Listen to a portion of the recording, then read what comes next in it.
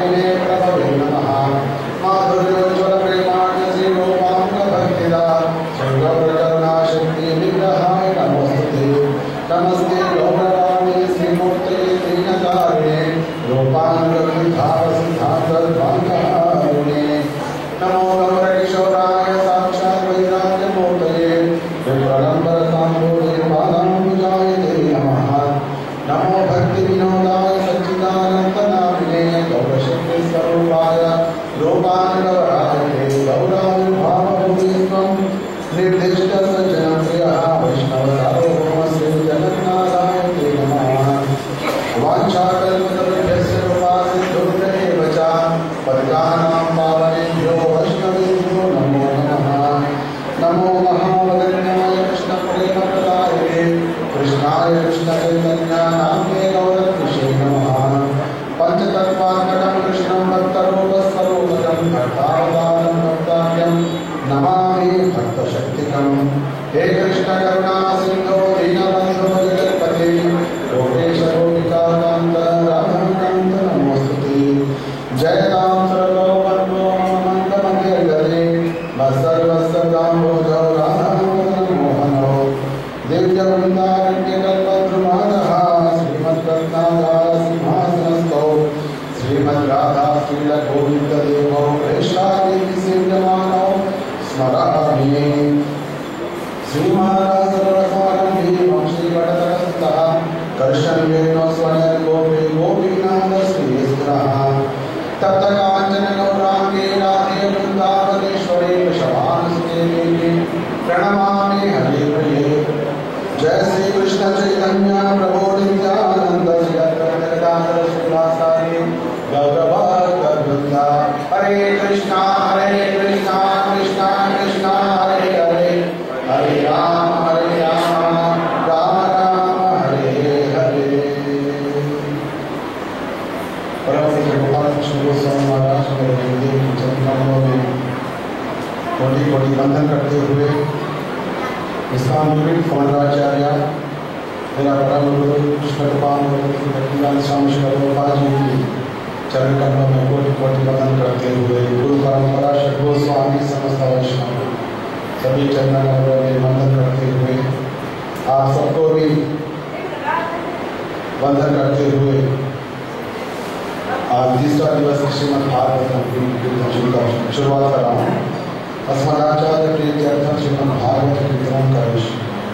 ओम नमो भगवते वासुदेवाय ओम नमो भगवते वासुदेवाय ओम नमो भगवते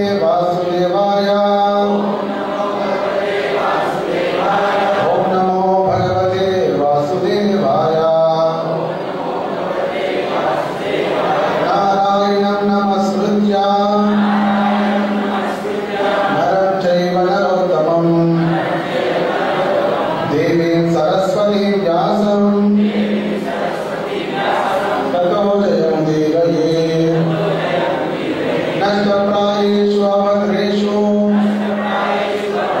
नित्यं भागवत सेवया भगवते उत्तमश्लोके भक्तिर्भवति नैष्टिके। हमारा आचार्यगण के लिए श्रीमद् भागवतम अत्यंत प्रियतम है। पहले से सनातन गोस्वामी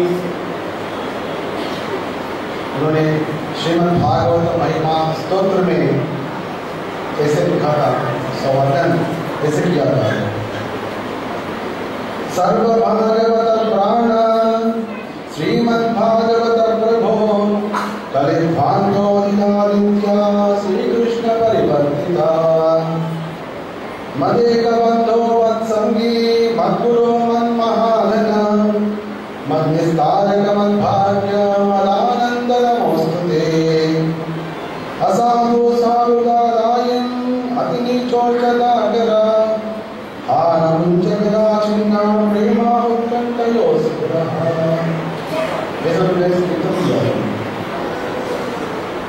उन्होंने श्रीमद् भागवतम को एक प्रभु इसे संबोधित किया। जैसे हरिदास ठाकुर जी ने हरिनाम को हरिनाम प्रभु,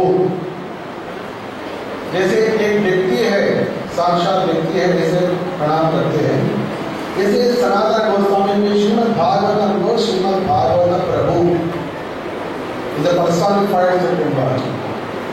ये भागवत प्रभु आपको सब भागवतों के लिए प्रियतम है।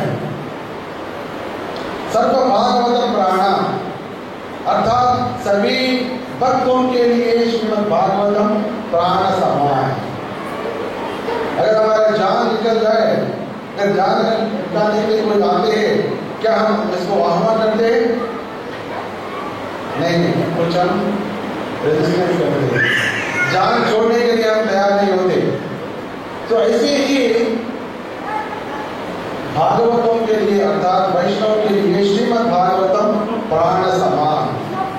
जैसे हमारा साथ जब तक चलते हमारा जीवन चलते, ऐसे जब तक भागवत के श्रवण होते रहते तब तक वो जीवित रहेगा,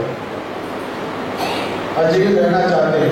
एक बार को छोड़ दिया भागवतम तो वो भी शरीर छोड़ना चाहते हैं। सर्व भागवत प्राणम श्रीमद् भागवत प्रभु कलिद्वांतो विदादित्या श्री कृष्ण परिवर्तन। जब कलियुग में अंधकार फैल गया, तभी एक अंधकार को दूर करने के लिए एक सूर्य का उदय हुआ था। एक भागवत प्रभु आपके अवश्य हो गया और साक्षात भगवान श्री कृष्ण ही आप परिवर्तित हो गया, क्योंकि साक्षात भगवान श्री कृष्ण ने इस रूप प्रचार किया या इस रूप रचना किया। और आगे कहते हैं मेरा एक एक बंधु, अर्थात हम सोचते हैं हमारा बहुत सारा बंधु है, फ्रेंड्स, रिलेटिव्स है, लेकिन सनातन गोस्वामी कहते हैं ठीक तकलीफ नहीं, मेरा एक एक बंधु श्रीमद् भागवतम है। अगर कोई बंधु है मेरे लिए एक ही है श्रीमद् भागवतम। मत संगी मेरा सहचर, मेरा फ्रेंड, मत गुरु मेरा गुरु, और मेरा सबसे बड़ा महाधन। मेरा धन क्या है वास्तव में? मेरा धन है श्रीमद् भागवतम। हम देख सकते जैसे सनातन गोस्वामी जी ने बताया था, मेरा धन श्रीमद् भागवतम है। श्रील प्रभुपाद जी उनके जीवन में वास्तव में उतार के दिखाया। जब उन्हें अमेरिका में गए थे, उनके साथ क्या था? क्या था? बुक्स, विच बुक्स?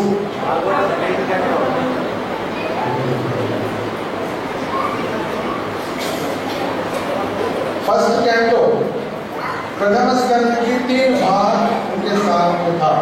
बस वो देखते हुए मेरे पास सब कुछ धन है, अभी मैं जाके जो कुछ भी चाहिए वहां खरीद कर सकता हूँ। केवल भागवत के साथ ही श्री प्रभुपाद जी मन विस्तार मत भाग्य, मेरा रक्षक कौन है? श्रीमद् भागवतम।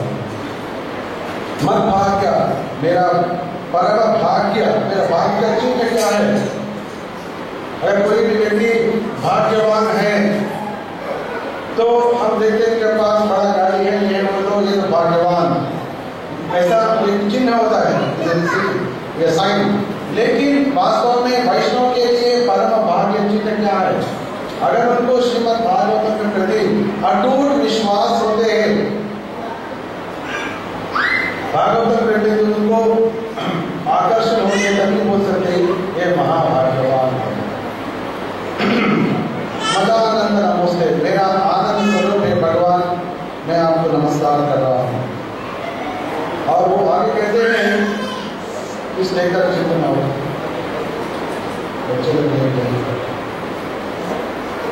असाधु साधु का लायन अति नीचोच्चता अगर कोई असाधु है उसको साधु बनाएगा श्रीमद् भागवतम, और कोई अति नीच है उसको भी महोन्नत व्यक्ति बनाएगा अगर वो महान व्यक्ति के मुखारबिन से श्रीमद् भागवतम सुनेगा। श्रीमद् भागवतम का प्रभाव ऐसे है, इसलिए सनातन गोस्वामी श्रीमद् भागवत प्रभु से विनती कर रहे, हे भागवत प्रभु, आप मुझे कभी भी छोड़ो मत, कभी भी छोड़ो मत, और हमेशा मेरा कंठ में हमेशा रह जाइए।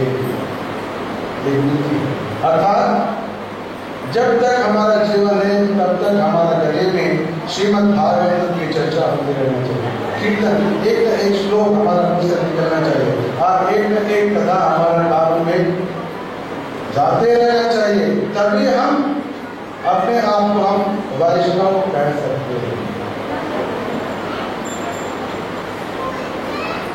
सब सुना है? प्रभु, माता, everybody heard this? सुना नहीं सुना? सनातन गोस्वामी। और यही कृष्ण कथा सुनने के लिए कल एक महान व्यक्ति एक बार भगवान से मांगा था, याद है आपको? क्या? और लेकिन मैं पूछ रहा हूँ, वो कौन सा महान व्यक्ति है कथा सुनने के लिए भगवान से एक वर मांगा था? वो कौन है? पृथु महाराज। उन्हें भगवान से क्या वर मांगा? आपने कम नहीं कर दिया? आपने 110 कर दिया। 10 का कान भगवान जब प्रकट हो गया और पूछा था तो पृथु महाराज उन्होंने बताया था, मुझे ऐसा बनना चाहिए जो सब लोग पूछते रहते, धर्मार्थ काम मोक्ष, ऐसा वर मुझे बिल्कुल नहीं चाहिए, लेकिन मुझे एक ही वर चाहिए जो आपकी विशुद्ध भक्त के मुखारविंद से जो कथा निकलती है वो सुनने के लिए मुझे 10 लाख कान दीजिए। हमने पहले ही सुना था श्रीमद् भागवतम श्रवण की फल क्या है? पहला हमने चर्चा किया था, रिमेंबर? नो। श्रीमद् भागवतम श्रवण से एक फल मिलता है, वो क्या है?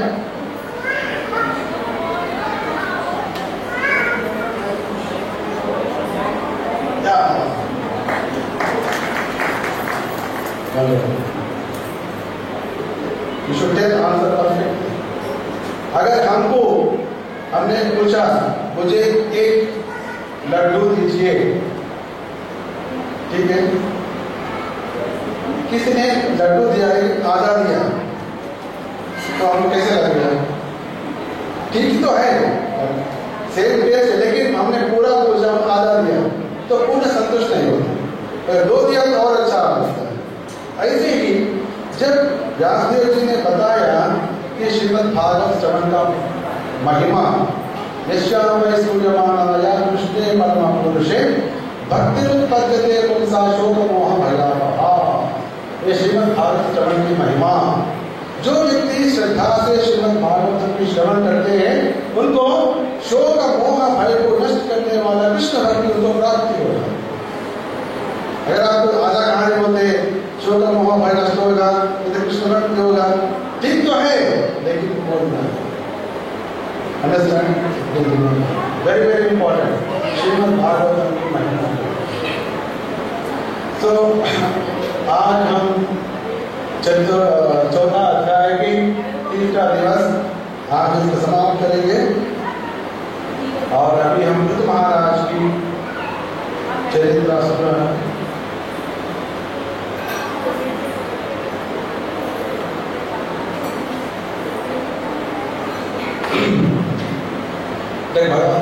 पृथु महाराज ने 100 यज्ञ का आयोजन किया था, लेकिन 99 यज्ञ करने के बाद 100 यज्ञ कर रहा था, तभी इंद्र आके उनका आश्रम चुराया। सब हमने चर्चा किया। फिर बाद में ब्रह्मा जी आया और पृथु महाराज बताया, आपको 100 यज्ञ करने की क्या जरूरत है, आप तो भगवान के अवतार हैं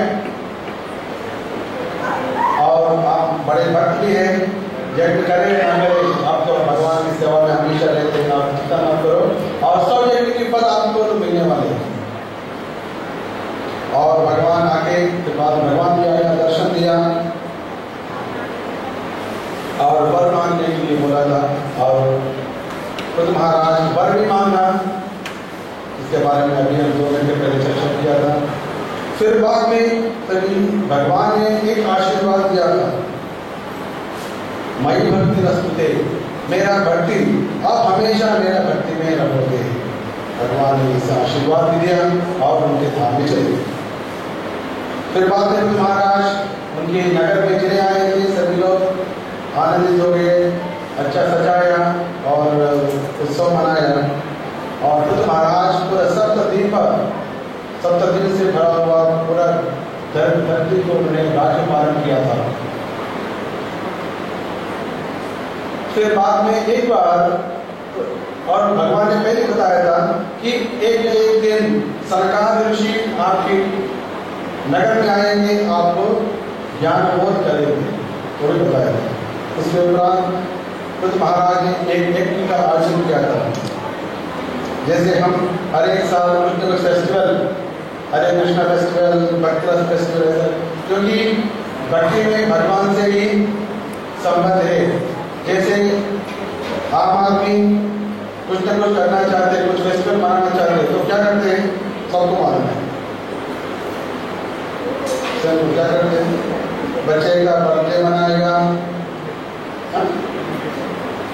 कुछ न कुछ ऐसे घर में कुछ न कुछ प्रोग्राम रखेगा और सबको बुलाएगा। लेकिन भक्तों के लिए एक ही है, भगवान से लेना देना। सो जन्माष्टमी मनाएंगे, जगन्नाथ की रथ यात्रा मनाएंगे, चंदन यात्रा मनाएंगे, सब पूरा भगवान के बारे में चर्चा होते रहते। सो इसलिए ऐसे ही बुद्ध महाराज ने एक यज्ञ का आयोजन किया था। और इतने सभी लोग आए थे, देवी देवता, राजर्षि, महर्षि और सभी प्रजा भी आए थे। और यज्ञ करने के लिए बुद्ध महाराज कृष्णा जी ने ऐसा वस्त्र पहना था जो हरिण की जो चमेली थे उनका वस्त्र पहना, और ये दर्भा से अंगूठा पहना। और जब सभी लोग, सभी प्रजा आए थे, उन्होंने सभी प्रजा को उपदेश दिया था। राजा, गुरु और पिता, ये तीनों का धर्म होता है, जिसके ऊपर कोई भी आश्रित है, उनको हमेशा उपदेश देना है। अगर आप पिता हैं तो आप पुत्र को हमेशा उपदेश देना है। आप गुरु हैं, शिष्यों को हमेशा उपदेश देना है। अगर आप राजा हैं, सभी प्रजा को हमेशा उपदेश देना है। क्योंकि मानव का लक्षण ऐसा होता है, भूल जाना। हमेशा हम भूल ही जाते हैं। आप मानेगा? नहीं मानेगा? सहमत? जैसे बगीचा है, बड़ा बगीचा, तो इसको ट्रिमिंग करते हैं,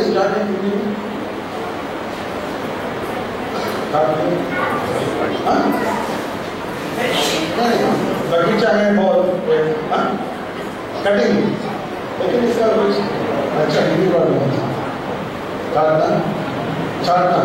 जैसे एक मशीन के साथ पूरा इसको ट्रिमिंग करते हैं ताकि घास ऊपर नहीं आएगा, अच्छा ट्रिमिंग रहे। एक बार किया, छोड़ दिया तो क्या होता है? एक हफ्ते के तो वापस, अर्थात हर हफ्ते करते रहे। ये क्या है आदमी हमेशा करते रहे, क्या हो गया? तो घास बढ़ते रहेगा, काटना पड़ेगा। तो ऐसे ही हमारा भूल, अभी बोला कल ही भूल गया, कल ही बोला परसों भूल गया। तो ऐसा भूल जाना हमारा लक्षण है। इसलिए गुरु को, राजा को और पिताजी को हमेशा आश्रितों को उपदेश देते रहना। कभी मौका मिला तो, इसलिए गुरु महाराज जब भी आया पहले पूछते हैं, क्या प्रश्न पूछते हैं? सबको मालूम है गुरु महाराज कौन सा प्रश्न पूछते हैं?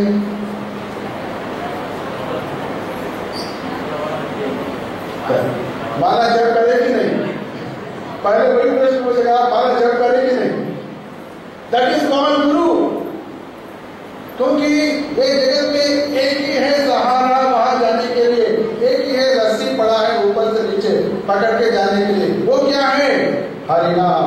अरे वो ही आपने भूल गया तो आपका उद्धार कौन करेगा? इसलिए गुरु महाराज हमेशा कहते हैं, क्या आप जप करें कि नहीं? आप ठीक हो ना हो, कुछ फर्क नहीं पड़ेगा। आप जप करें कि नहीं, इससे फर्क पड़ेगा। मैं अच्छा से एक्सरसाइज कर रहा हूँ, बॉडी बिल्डिंग कर रहा हूँ, इससे क्या फायदा? जब तक आप जब तक नहीं करते, जब तक भागवत नहीं पढ़ते, कृष्ण प्रसाद नहीं खाते, वैष्णव की सेवा नहीं करते, आपका आत्मा का पुष्टि कैसे होगा? शरीर के लिए आप बहुत कुछ दे रहे हैं, लेकिन आत्मा के लिए क्या है? तो ये राजा का लक्षण होगा, गुरु का लक्षण होगा, पिताजी का लक्षण होगा। आप सोचो अरे क्या है, बार बार क्यों बोलूं? बिल्कुल ऐसा सोचो मत। तो उन्होंने सभी प्रजा को बोलने लगे, आप सब वर्णाश्रम धर्म के हिसाब से आपके जीवन बिताओ और हृदय में भगवान को रखते हुए सेवा कीजिए प्लीज। तो राजा का धर्म, आप भगवान की पूजा करो, साथ साथ में वर्णाश्रम धर्म के अनुसार जीवन को बिताओ। और उन्होंने आगे बताया, जन्म जन्मों से आपके हृदय में मैदा भरा हुआ है, इकट्ठा हुआ, ये सब कैसे जाएगा? जब भगवान की पाद में सेवा आप करते हैं तभी उसका क्षालन होगा। इसलिए भगवान की पाद सेवन करने के प्रयास करो। राजा का धर्म बोलना। अभी तो कोई भी राजा हमको नहीं बोलते,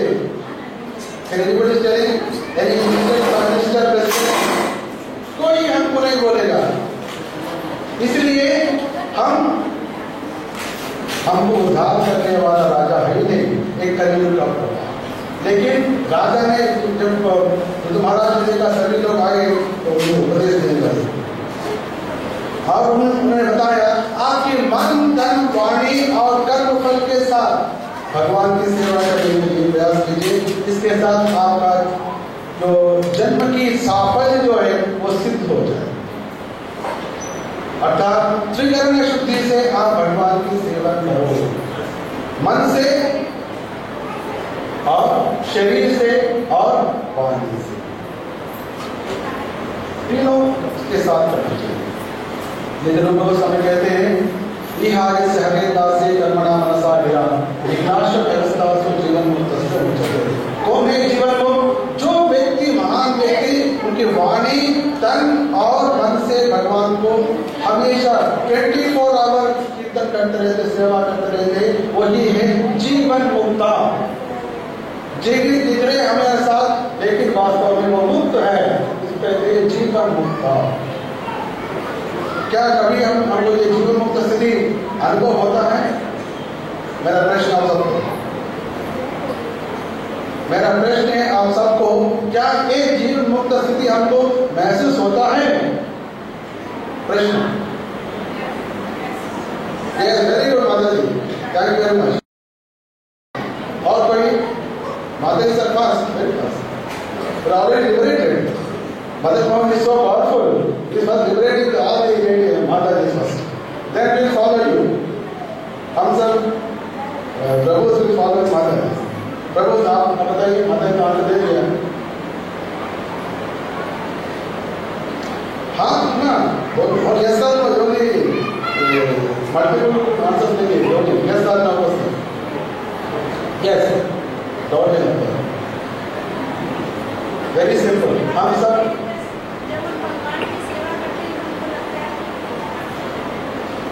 करेक्ट। लेकिन मेरा प्रश्न थोड़ा अलग था। एक साथ में, क्योंकि उन्होंने बता रहे कर्मणा मनसा गिरा, वाणी से और मन से तन से पूर्ण रूप से भगवान की सेवा में कोई लगे रहते हैं, वो उसका स्थिति हो जाए जीवन मुक्त स्थिति।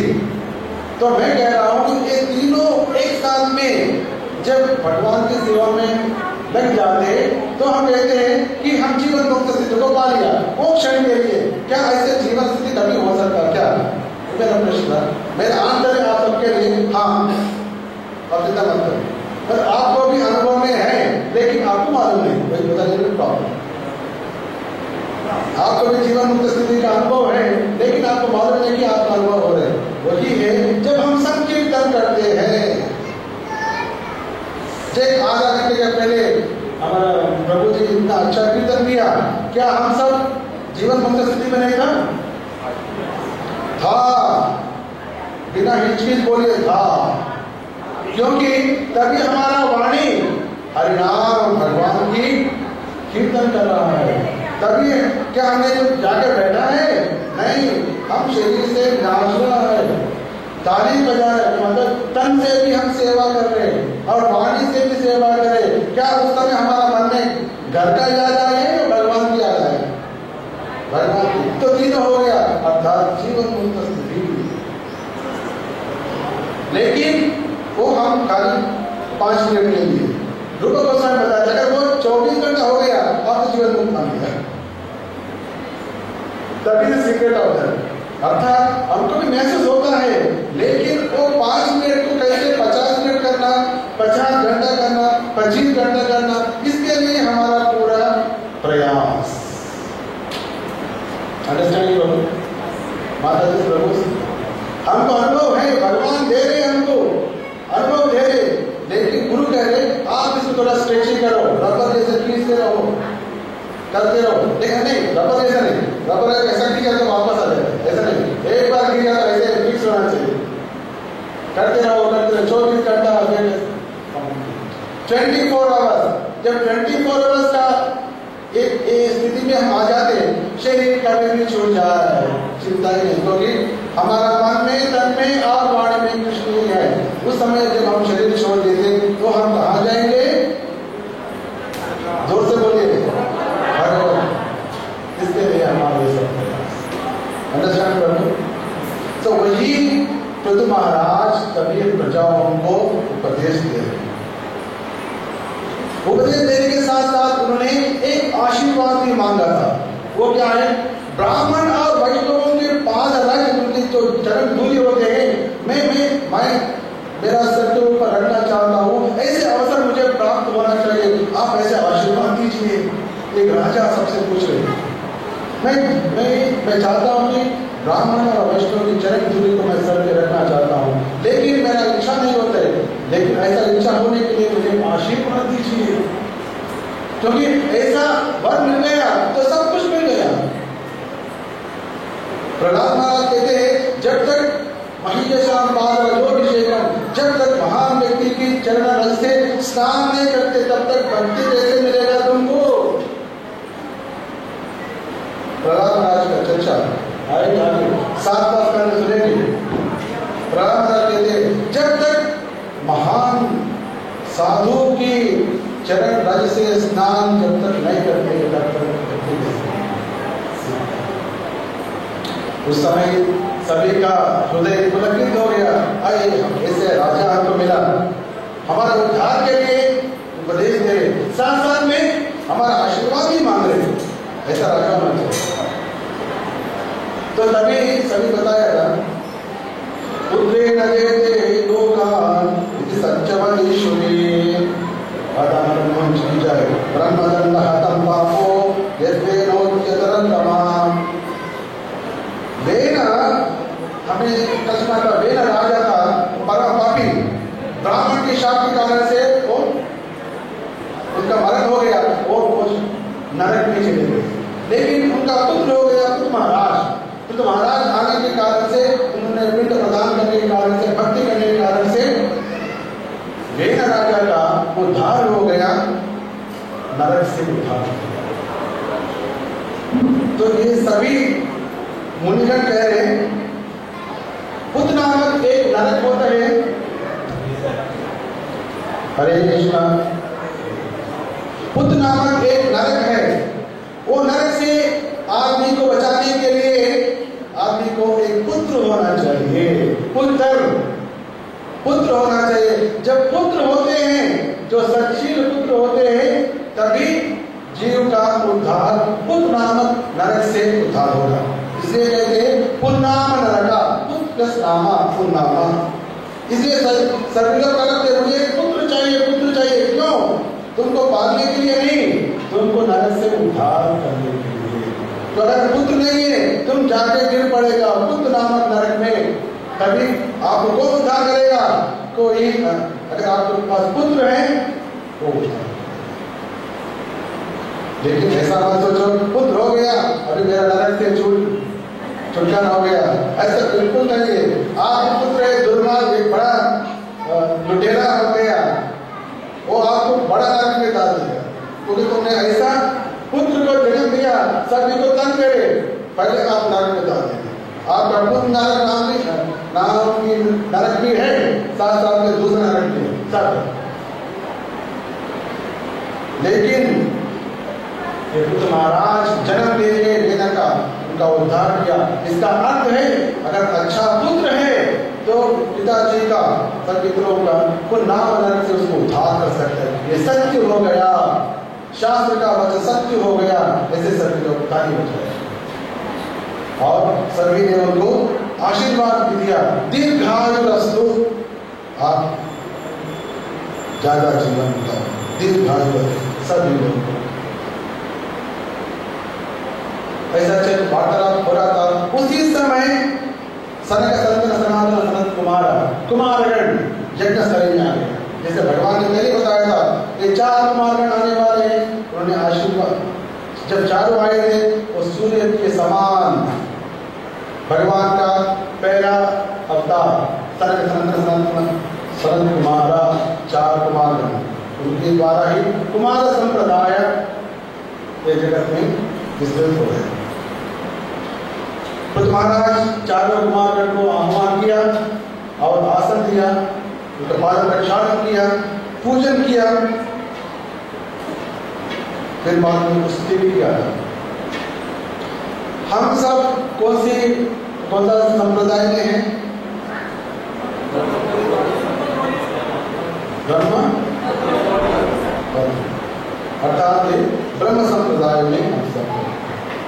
ऐसे ही रुद्र संप्रदाय है, श्री संप्रदाय है, कुमार संप्रदाय है, लेकिन ये सभी संप्रदाय का एकमात्र लक्ष्य है कि भगवान की कथा, भगवान महिमा सभी जीवों को देना, क्योंकि जब तक भगवान की महिमा नहीं सुनते तब तक उनका उद्धार नहीं होगा। तभी बुद्ध महाराज ने बताया कि मुनिगण, जिसके घर में साधु जाते हैं वो गृहस्थ, अगर वो निर्धन भी हो या गृहासक्त हो फिर भी वो धन्य हो जाते हैं, क्योंकि वो घर में जब आप कोई भी साधु जाते हैं, साधु के लिए एक आसन दिया जाता है, जल दिया जाता है, कुछ पूजा द्रव्य दिया जाता है, इसके कारण से वो घर धन्य हो जाता है। भले वो निर्धन भी हो, वो गृहस्थ या गृहासक्त वाला भी हो, ठीक है, अभी तो गृहासक्त है, लेकिन साधु महात्मा जाने के कारण से एक न एक दिन वो भी मुक्तवान होता है साधु की संग से। साधु का संग कितने देर तक हम चाहिए, हम हमारा मुक्ति होने के लिए, कोई बोल सकते हैं? निमिषा बहुत हो गया, मतलब मात्र साधु संग का सर्वसिद्धि हार है, मतलब 1 सेकंड में सम 360 समझ में, 1 सेकंड के बहुत पीछे घड़ी में भी हमारा काउंटिंग नहीं हो सकता है। मात्र साधु संघ का सर्वसिद्धि है, लेकिन किसी के घर में बहुत कुछ भी हो, लेकिन वहां साधु जाना मना है, तो ऐसा घर एक जितना संबंध से भरा भी हो लेकिन साफ रहने वाला एक बड़ा वृक्ष है। जैसे चंदन वृक्ष, चंदन बहुत ठंडी होती है, सुगंध देती है, लेकिन वहां पास में नहीं जा सकते क्योंकि वहां साफ रहता है। तो ऐसे उन्होंने कीर्तन किया था। तभी सनत कुमार ने खुद महाराज को एक उपदेश दिया था, यत्पाद पंकज पदाश विनाश भक्त्या कर्माचयं ग्रहितमुत्करयन्ति सन्तः तद्वन्न रिक्तमतयो यतयो विरुद्धा स्वलोकनास्तमरणं भज वासुदेवं। हे बुद्ध महाराज, आप वासुदेव के भजन करो, समन सब्सक्राइब, वासुदेव की भजन करो, क्योंकि जब जो कोई भी व्यक्ति भगवान के पाद सेवन में रहते हैं उनका कर्म ग्रंथि टूट जाएगा, सुनायास अनायास टूट जाएगा। लेकिन कोई भी ज्ञानी हो, योगी हो, इनको भक्ति नहीं है, जितने भी प्रयास करे, लेकिन जिंदगी की कैरक जो लहरें होते उसको कभी भी टाल नहीं सकते। अगर आप समंदर के पास जाएगा और वहां से लहरें आते रहते, क्या आप इसको रुका सकते हैं? नहीं। ऐसे ही योगी और ज्ञानी इंद्रिय की लहरें, इच्छाओं की लहरें आते रहते, उसको दबाने के लिए प्रयास करते, लेकिन वो विफल हो जाते। लेकिन भक्त लोग उनके सभी कर्म भगवान कृष्ण के लिए समर्पण करते हैं, इसलिए तुरंत इंद्रियों के स्तर से ऊपर आ जाते, इंद्रिय के स्तर के ऊपर मन और बुद्धि के ऊपर भी चले जाते, आत्मा के स्तर में चले जाते।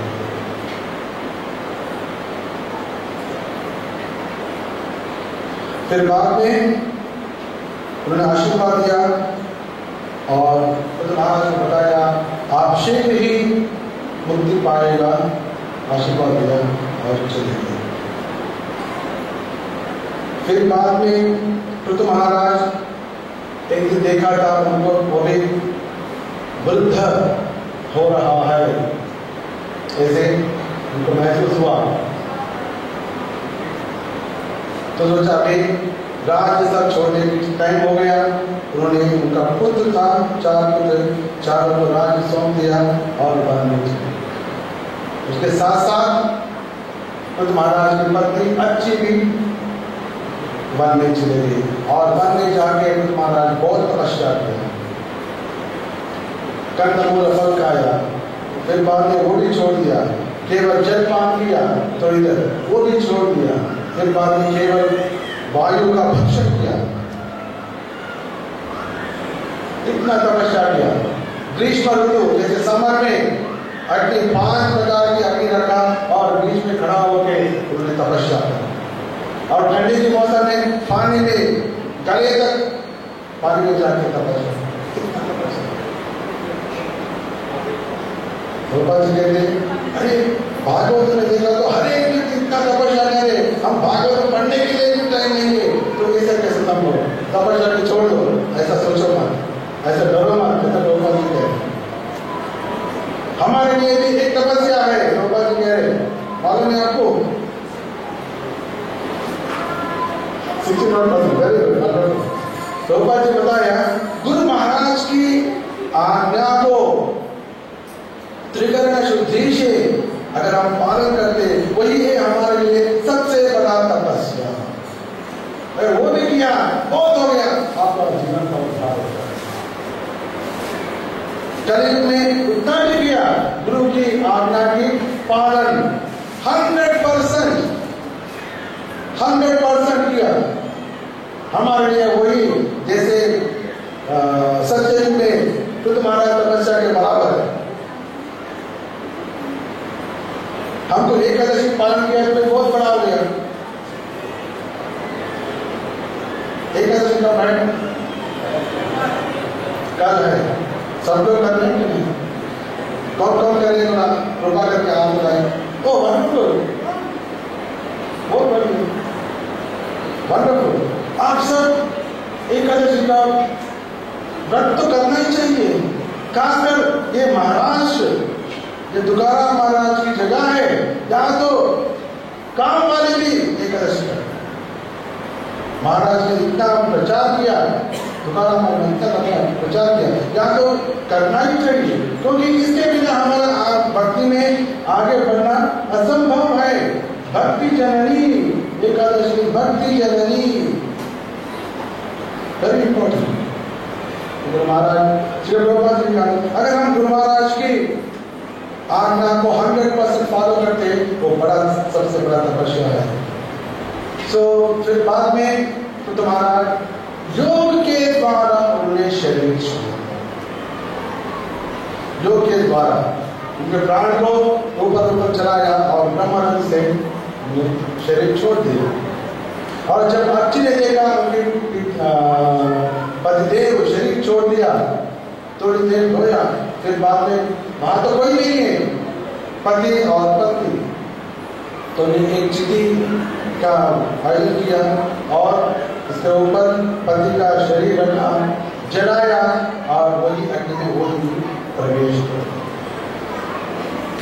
दोनों पृथु महाराज और अर्ची एक ही चिति पे शरीर को भस्म करते हुए दिव्य विमान में भगवत धाम चले। जब अर्ची इसे महान कार्य कर रहा था, ऊपर से सभी देवता स्त्री आश्चर्यचकित हो गया। अरे अर्ची देखो कितना महान वनिता, पिता पति जी की चिति में प्रवेश किया और शरीर छोड़ दिया। ऐसे महान व्यक्ति स्त्री कोई नहीं रहती। सभी लोग पुष्प का वृष्टि किया और सभी लोग कीर्तन किया। तो महाराज की कहानी चरित्र इतना महत्वपूर्ण है श्रीमद् भागवत में इसका वर्णन आते हैं। जो व्यक्ति श्रद्धा से बुद्ध महाराज की कथा सुनते हैं, कथा कीर्तन करते हैं, जो बुद्ध महाराज ने जो स्थान को पाया वही स्थान को वो भी पा सकते हैं। और बुद्ध महाराज ने कौन सा स्थान पाया? वैकुंठ। तो जो व्यक्ति श्रद्धा से बुद्ध महाराज की कहानी सुनते कीर्तन करते वैकुंठ की प्राप्ति कर सकते हैं। अगर श्रवण करने वाला ब्राह्मण है तो ब्राह्मणत्व में उच्च स्थान में जाएगा। अगर क्षत्रिय है पूरा धरती के लिए राजा बन सकते हैं। अगर वो वैश्य है और सभी वैश्यों के लिए एक लीडर बन सकते हैं, और शूद्र है तो एक अच्छा भक्त बन सकते हैं। अर्थात ये जो बुद्ध महाराज की कहानी है सबके लिए उत्तम, सबके लिए श्रवण मंगलम, ब्राह्मण क्षत्रिय वैश्य शूद्र। और किसी का अगर किसी को संतान नहीं है, स्त्री और पुरुष संतान नहीं है, बुद्ध महाराज की कहानी सुनते उसको संतान प्राप्ति हो जाएगा। अगर किसी को पास धन नहीं है उसका धन प्राप्ति हो जाएगा। क्या चाहिए क्या नहीं चाहिए सब कुछ मिल जाएगा। और किसी का भी यश नहीं है, कोई भी तो जानते नहीं मानते नहीं, ऐसे व्यक्ति चाहते हैं मेरा नाम सब लोग बोले तो आगे बुद्ध महाराज कथा सुनो बोल दीजिए। जब बुद्ध महाराज कथा सुनते उसका भी यश बढ़ जाएगा। धन्यम यशस्य मानुष्यम सत्यम कलिमनाहम धर्मार्थकम मोक्षाणाम सम्यक सिद्धिमपि सुनि। धर्म ये तो धनवान बनेगा, उसका आयुष का वृद्धि हो जाएगा, स्वर्ग का प्राप्ति हो जाएगा और कलि का दोष भी निकल जाएगा। धर्मार्थकम मोक्षा सब कुछ बुद्ध महाराज कहानी सुनने से मिल सकता है। ये वैदिक में हम सबको बता रहे हैं। So this is wonderful Buddha महाराज कहानी, बुद्ध महाराज की। So आगे का कहानी मैत्रेय कह रहे हैं क्योंकि विदुर जी ने एक प्रश्न पूछा था। विदुर जी ने एक प्रश्न पूछा ध्रुव महाराज की कहानी होने के बाद, याद है किसी को? ने पूछा ये प्रचेतस कौन है? क्योंकि मैत्रेय ने कहा था ध्रुव चरित्र बोलने के बाद नारद मुनि ये ध्रुव चरित्र प्रचेतस के समक्ष में उन्होंने कीर्तन किया, ऐसे बताया। तो अभी तो पूछा ये प्रचेतस कौन है? तो प्रचेतस को बारे में बोलते बोलते हुए यहाँ तक पहुँच गया और आगे का आने वाले प्रचेतस। तो बुद्ध महाराज की भगवत धाम गमन होने के बाद उनका ज्येष्ठ पुत्र, उनका नाम है विजिताश्व, राजा बन गए और उनका 4 भाई था और 4 को ने उन्होंने 4 भाई को दिया और उन्हें राज्य पालन किया था। उनका पत्नी का नाम है शिखंडिनी। शिखंडिनी को 3 पुत्र हुआ था। वास्तव में ये 3 पुत्र अग्नि देवता शाप के कारण यहाँ विजिताश्व का पुत्र बन के आ गया। एक पुत्र बन के आ गया, उन्होंने योग किया, वापस उनके लोक में चले गया। तो उनके लिए वापस राज्यपाल करने के लिए कोई नहीं हुआ, इसलिए विजिताश्व ने और एक कन्या को विवाह किया, नमस्वती। उनका एक पुत्र हुआ था हरिर्भानु, एक पुत्र हुआ। ये हरिर्भानु का पुत्र है बर्हिषद। आप सबको जानते हैं, चिंता मत करो, हम जा रहे एक के पास, उनका नाम याद रखो। लेकिन जब ये धन, कौन सा धन है? श्रीमद् भागवतम के धन आपका हो जाए तभी ये सब चीज आप क्या कर सकते हैं। ताकि आपके धन आपकी कहाँ रहेगा? आपका धन मेरे पास में रहेगा, आपका धन कहाँ रहेगा? जोर से बोलिए। आपके पास है, आपके धन आपकी तिजोरी में रहेगा। तो आप तिजोरी कभी भी बोल सकते हैं भागवतम और उसमें ये सब आप देख सकते हैं। तो ये बर्हिषद, ये हरिर्भानु का पुत्र है बर्हिषद। बर्हिषद ने समुद्र की कन्या शतद्रुति को विवाह किया। ये बर्हिषद और शतद्रुति का पुत्र है प्रचेतसा। जब प्रचेतस की जन्म हुआ था बर्हिषद उसका नाम भागवत नाथ है, प्राचीन बरही। हरीशा उनका पुत्रों को बताया, आप जाके प्रजोत्पत्ति करो, प्रजा का पालन करो, प्रजोत्पत्ति करो और प्रजा का पालन करो। जब उन्होंने ऐसे बताया, ये प्रचेतसा पहले जाके तपस्या किया। ये बुद्धिमान व्यक्ति का कार्य है। बुद्धिमान व्यक्ति का कार्य क्या है? कोई भी अच्छा कार्य करना है, पहले भगवान का पूजन करना। जैसे घर में बच्चे लोग एग्जाम लिखने के लिए जाते हैं तो क्या करते? पहले माँ बाप को नमस्कार करना चाहिए। अभी आजकल करते नहीं, मालूम नहीं, हम तो करते थे पहले तो। लेकिन कोई भी कार्य में विजय पाना चाहते हैं, पहले गुरुजन का आशीर्वाद देना चाहिए, भगवान का आशीर्वाद देना चाहिए, साधुओं का आशीर्वाद देना चाहिए, तभी विजय पाने की संभावना है, नहीं तो बिल्कुल नहीं। तो जब प्रचेतसा तपस के लिए जा रहा था, पहले शिव जी से मिला।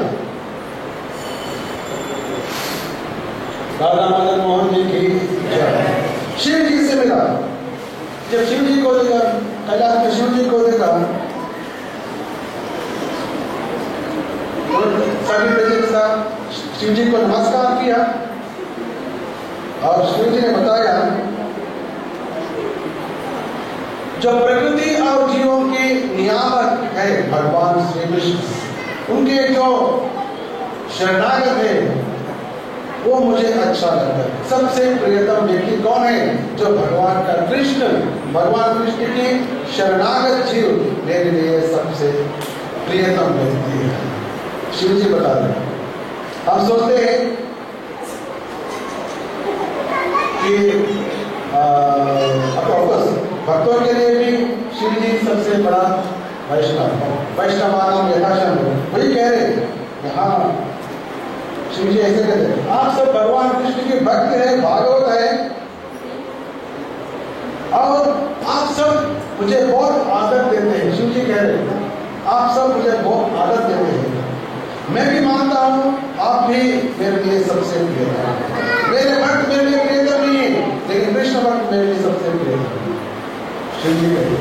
इसका शिव गीता इसमें आते हैं, बहुत बड़ा चैप्टर, और सब बोलने की यहाँ टाइम नहीं है, लेकिन शिव का एक गीत है, शिव गीता।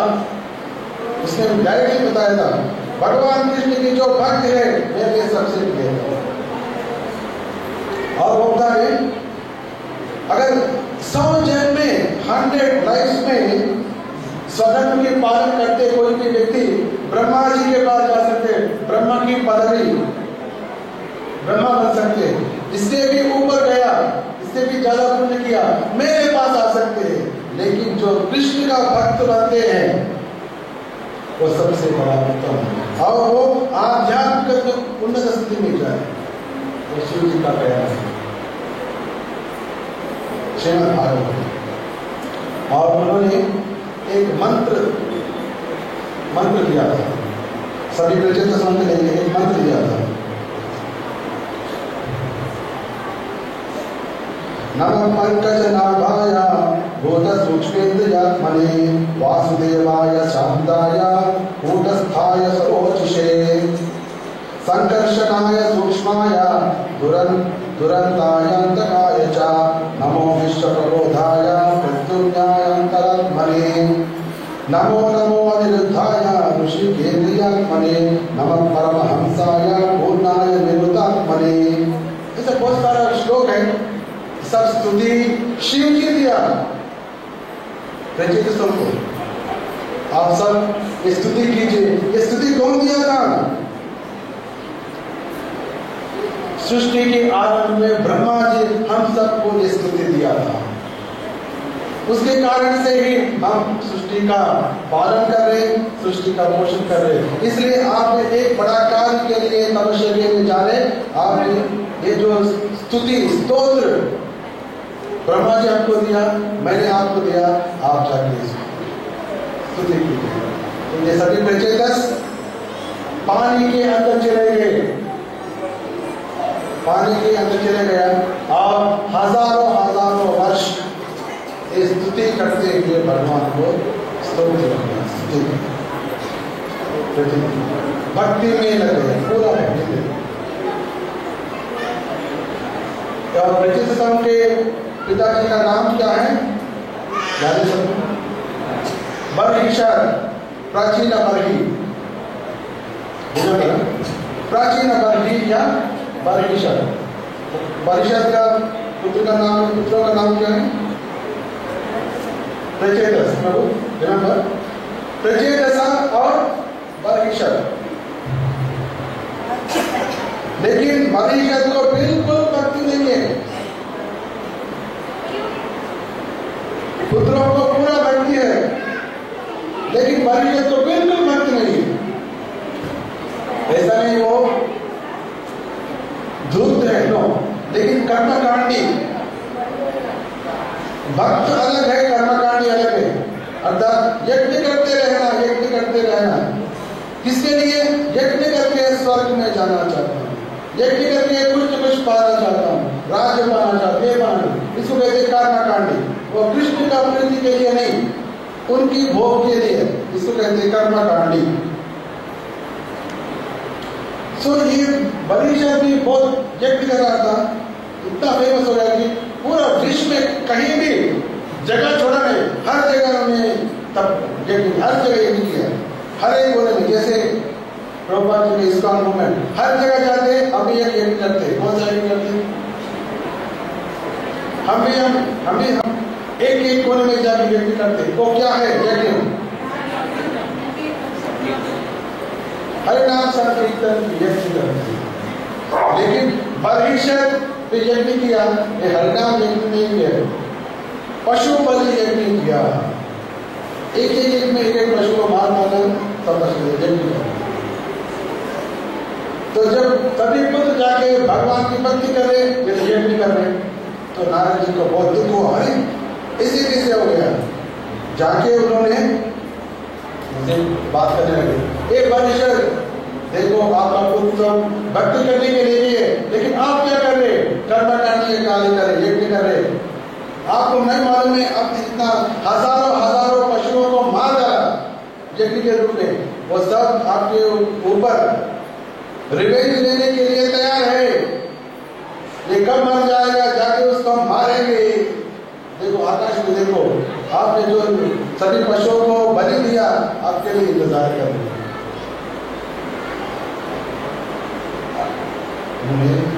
एक शास्त्र का एक उपदेश देने लगे, क्योंकि ये कर्मकांडी से, कर्मकांडी कार्य से ऊपर जाएगा, ऊपर जाने के बाद तो नीचे आना ही पड़ेगा, ये सब का।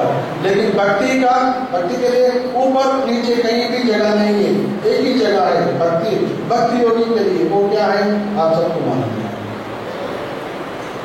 तभी उन्होंने राजा को उपदेश देने के लिए एक कहानी बताया, शास्त्र से एक कहानी बताया, वही है पुरंजनोपाख्यान। राजा में एक कहानी बोलता हूँ, आप सुनो, ये शास्त्र में कहा गया, ये शास्त्र एक कहानी आप ध्यान से सुनो, क्योंकि सभी को कहानी सुनने में बहुत शौक रहता है।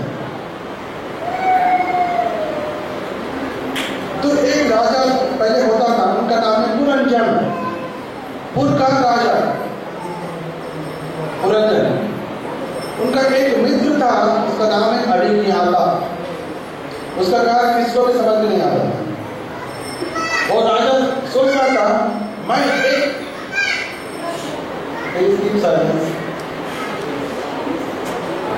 तो राजा ने सोचा था, मैं एक ऐसा जगह ढूंढूंगा जाके मैं सुखी बन सकता हूं।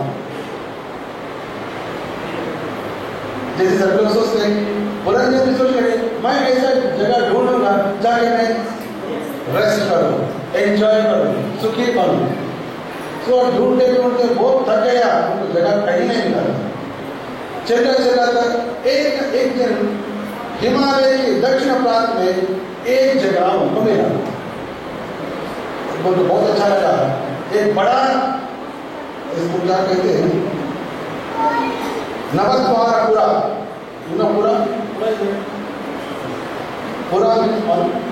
पूरा दुर्गापुर, पुरा मीन्स एक प्लेस, एक town. What is the word? Pura is Sanskrit word. इसमें मेरा संस्कृत चलते रहते हैं. Pur. You want to everybody want pur. Actually Sanskrit का वर्ड है पुरा.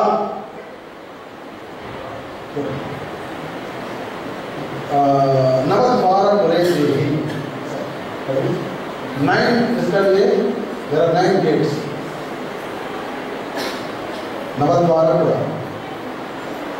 उनको अच्छा लगा था. पुर में सब कुछ है. वो सिटी में सब कुछ है.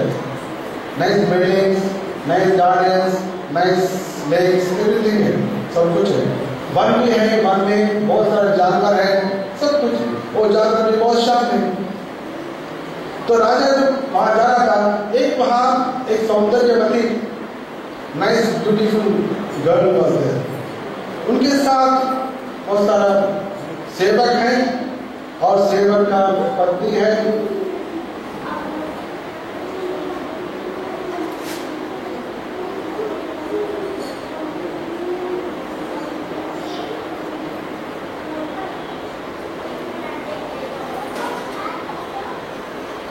और उनके साथ एक 5 फंड वाला एक सांप भी है. उसको रक्षा कर. तो इतना वो सौंदर्यवती था. तो राजा को मैं जाके किसी आदमी से बात करना ही है. राजा ने सोचा और उनके पास गया और बात करने लगे. हे सुंदरी, आप कौन हो? कहाँ से आए? आप किसकी पुत्री हो? लगता है आप तो लक्ष्मी कैसे? अगर आप लक्ष्मी हो सकते हैं, पार्वती हो सकते हैं, सरस्वती हो सकते हैं. मैं सोचता हूँ आप तो लक्ष्मी है. लेकिन लक्ष्मी अगर है तो हाथ में एक कमर तो होना चाहिए. लेकिन आपके हाथ में कमर नहीं. शायद आपने कहीं तो भूल गया होगा. नहीं तो आपको लक्ष्मी कैसे है? ये सब जो मन में आया, जो मुंह में आया है. तो वो कन्या बोली, मुझे कौन जन्म दिया मुझे मालूम नहीं. मैं यहाँ क्यों हूँ मुझे मालूम नहीं. मैं खाली यहाँ हूँ, बस इतना ही मालूम है. हमारा स्थिति कैसा है? हम किस लिए यहाँ आया है? यहाँ से कहाँ जाने वाले हैं? फिर कहीं अभी क्या हो रहा है हमको मालूम नहीं. आगे चल क्या होने वाला है हमको मालूम नहीं. वही हमारा बिल्कुल स्थिति वही. हम यहाँ क्यों आए? कब कर्म के अनुसार हमको कर्म का लेटर दिया, हम यहाँ आए. लेकिन अच्छा हो गया, मदद पहुंच जाएगी आगे में. खाकर कोई भी खाकर में आगे रुक सकते हैं. खाकर भी आ गया, साथ साथ में और 2 किलोमीटर आगे आके हमें मंदिर में भी आ गया. सोमनाथ मंदिर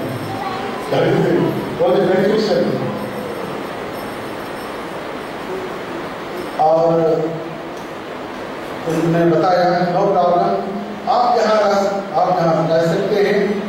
आपके लिए जो भी सुविधा चाहिए हम देने के लिए हैं. सब दोनों का प्यार हो गया और दोनों मिलके सिटी में एंटर किए. पुर में प्रवेश किया. इस सिटी के लिए जैसा मैं सोचा था देयर आर 9 गेट्स. तो राजा हमें 2 गेट ऊपर था. राजा हमेशा वो दोनों गेट से जाके वहाँ एक विभ्राजिता नगर, वो हमेशा वहाँ जाते थे. यहाँ नारद मुनि एक कहानी बोल रहे थे कि वास्तव में पूरा फिलॉसफी तत्व की कहानी. ये नवद्वार पूरा वो क्या है? हमारा शरीर. हमारे शरीर में 9 द्वार है. तो पहले बता रहे नारद मुनि, ये राजा जो है पुरंजन, पहले 2 द्वार है जो सामने है. आंखों के द्वारा विभ्राजित नगर, अर्थात उसे देखते थे. अभी जो देखने वाले कौन है? क्या हमारा आंख देख रहे? वास्तव में हमारा आंख नहीं देखते. देखने वाला कभी अंदर हो, वही है जीव. हम देखते हैं फिर भी नहीं देखते. कभी वो देख रहे, क्या देख रहे? नहीं देखते, कुछ सोच रहे. अर्थात देखने वाला चीज में आंख नहीं है, अंदर वाला देख रहे. आंख देख रहे लेकिन अंदर वाला न देखे, ऐसा हमारा अनुभव है। तो ये राजा ये दोनों गेट के द्वारा जाके देखते थे, और दो गेट है, दोनों चित्र, उसमें जाके राजा ग्राहक की नाइस वंडरफुल सेंट फ्रैग्रेंस देखते थे। फिर बाद में उनका एक मुख्य द्वार है जो हुआ, और उनका मित्र के साथ जाके वहाँ खाना बात करना वो सब करते थे। फिर बाद में उसका और दक्षिण द्वार है एकांत, और उत्तर द्वार है एकांत, दोनों के साथ सुना। फिर बाद में दो द्वार है नीचे, इसके द्वारा भी राजा अलग अलग जगह जाते थे। अर्थात जीव ये पुरंजन कौन है? पुरंजन वास्तव में हम ही हैं। अच्छा जगह ढूंढते ढूंढते ढूंढते ढूंढते मिल गया एक अच्छा जगह, चलो हम जाके इसमें रहेंगे। इसमें 9 द्वार है। नारद मुनि कहानी बता रहे, लेकिन तत्व बता रहे। और वे पुरंजन, उनकी पत्नी पुरंजनी जो करते वही करते थे। वो खाया ये खाते, वो सोया ये सोते, उन्होंने स्पर्श किया वो स्पर्श करते, वो ऐसा किया वो ऐसा करते, जो किया हो गया। अर्थात पूरा वश में हो गया, पूरा वश।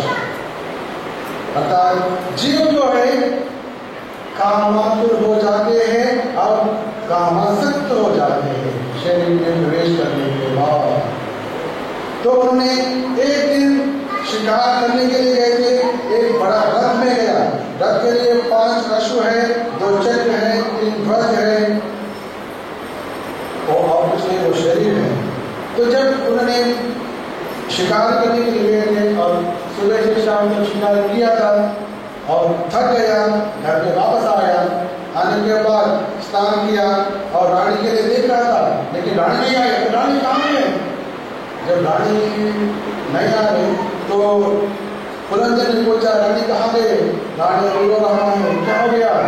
आपने बिना बोल के चले गया, इसलिए गुस्सा आ गया। तो राजा ने तो बिना बोल के गए, इसलिए रानी को बहुत गुस्सा आ गया।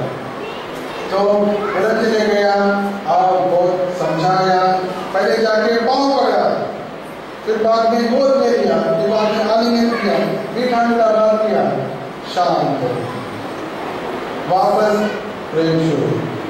ऐसे पूरा दिन रात दिन रात दिन रात।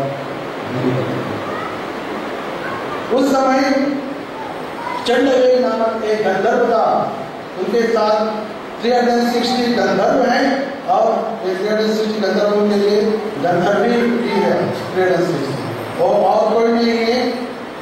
360 days and 360 nights ऐसा बीत गया। और ये 360 days and nights ये पुरंजन के ऊपर हमला किया, तब ये 5 फण वाले नाग उसके साथ लड़ने के लिए प्रयास किया। वो और कोई नहीं, ये हमारा पंचप्राण है। दिन रात चलते रहते, लेकिन उसी समय काल कन्या, ठीक है, टाइम तो बीत रहे, दिन जा रहे और रात में निकल जा रहे। हम सोचते हैं दिन रात निकल रहे, हम तो शाश्वत रहने वाले हैं, यही हमारा धारणा होगा है। सब लोग जा रहे हैं, लेकिन मैं नहीं जाऊंगा, यही भावना। यही उत्तर दिया था युधिष्ठिर महाराज। 5000 वर्ष से यही कहानी। हम सोचते हम तो हमेशा रहेंगे, जैसे सुखदेव गोस्वामी कहते, दिन में सुबह आते हैं सूर्य और रात में अस्तमय हो जाते हैं। उस जब उदय से अस्तमय तक सभी का आयु को छीन के लेके जाते हैं। केवल जो व्यक्ति कृष्ण कथा सुनने हुए लगन होते, इसको छोड़ के सबका आयु को हरण करके सूर्य का दर्शन। तो इसलिए, क्योंकि जब इसका अर्थ ये नहीं कि कृष्ण भक्त मरेगा नहीं, मरना अर्थ है कि पुनर्जन्म लेना, इसको कहते हैं मरना। जातस्य हि ध्रुवो मृत्यु ध्रुवम जन्म मृतस्य च। मृत्यु का अर्थ है जन्म लेने का कदम, जन्म लेने का अर्थ है मृत्यु पाने का नेक्स्ट स्टेप। सिंपल। तो जब जन्म वापस नहीं लेने वाले हैं तो उसको हम मृत्यु कैसे कह सकते हैं? इसलिए कृष्ण भक्त उनको लगते हैं उनको भी शरीर त्याग हो रहा है लेकिन उसका जन्म नहीं होने वाले, इसलिए हम इसको मृत्यु हो गया ऐसे हम नहीं बोल सकते, नहीं बोलना चाहिए। प्रभुपाद जी इसका एग्जाम्पल मिलेंगे।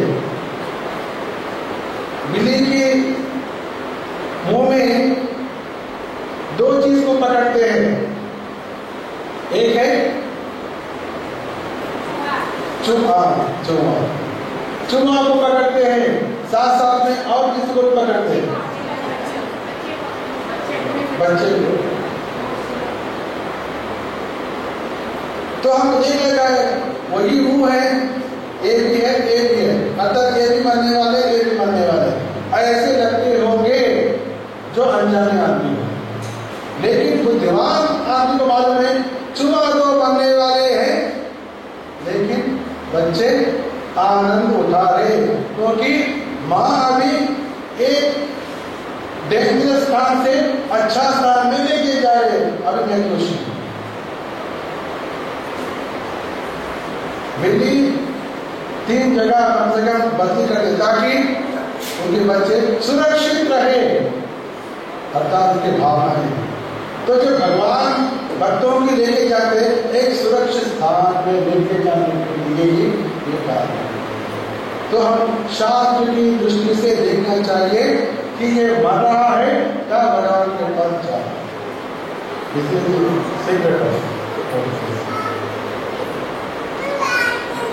लेकिन कालकन्या आ गया। कालकन्या अर्थात जो बुढ़ापे लेने वाले काल की कन्या, काल कन्या आया। साथ साथ में एक यमराज, यमन भी था, यमन के साथ आ गया और ये पुरंजन की सिटी के ऊपर हमला किया। वो कहानी तो बहुत बड़ा है, हमारा टाइम कम जल्दी। तो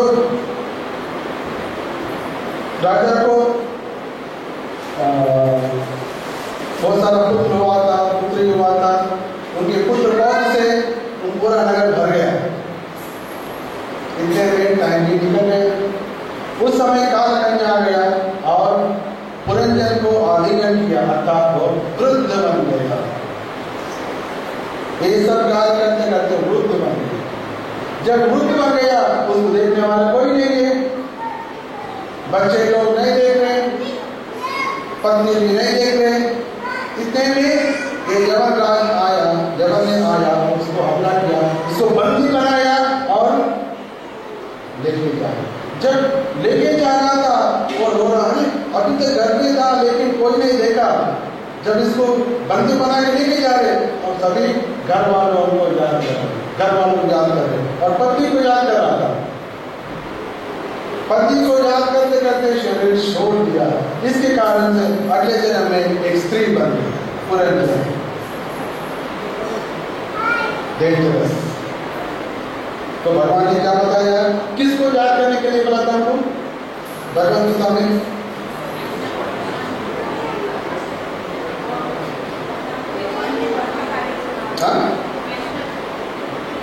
अंतकाले च मामेव स्मरन् मुक्त्वा कलेवरम् यत्प्रयान्ति समद्भावम्। जो व्यक्ति अंतकाल में मुझे स्मरण करते हैं वो मुझे मेरे भाव को ही प्राप्त करेगा निस्संदेह। हे अर्जुन, यही हमारा प्रयास, यही हमारा एग्जाम टाइम। मैं हमेशा कहता हूँ हमारे जीवन में एग्जाम टाइम एक ही हमारा एग्जाम है, याद है ना सबको? एग्जाम हमारा एक ही है। There are no unit test, there are no yearly test. जीवन में एक ही बार टेस्ट है, अंतकाल में हमारा टेस्ट। तो पढ़ते रहना, अरे एग्जाम बाद में है ऐसा छोड़ो मत, ये एग्जाम तो अलग है। तो पत्नी को याद करते करते शरीर छोड़ने के कारण पुरंजन एक स्त्री बन गया, लेकिन उन्हें बहुत सारा यज्ञ किया, बहुत सारा पुण्य कार्य किया, इसलिए एक राजा का पुत्री बन गई। विदर्भ इधर को ना महाराष्ट्र में जन्म हुआ, महाराष्ट्र विदर्भ राजा का पुत्री। फिर बाद में ये जन्म में और एक को शादी कर दिया, मलय ध्वजा एक राजा था। जब स्त्री बन गया तो पुरुष से शादी, पुरुष बन गया स्त्री से शादी, एक ही ये सिलसिला, तो शादी कर दिया। लेकिन ये मलय ध्वज महाकृष्ण भक्त, कृष्ण भक्त था, पहले से ही कृष्ण भक्त था, और उनको भी बच्चे हो गए और लेकिन बूढ़ा भी हो गया। और मलय ध्वज उनके वानप्रस्थ आश्रम होने के बाद उन्होंने राज्य छोड़ के वन भी चले गए। साथ साथ में हमारा पुरंजन भी चले गए। एक दिन उन्होंने भगवान कृष्ण को ध्यान करते हुए मलय ध्वज ने शरीर छोड़ा।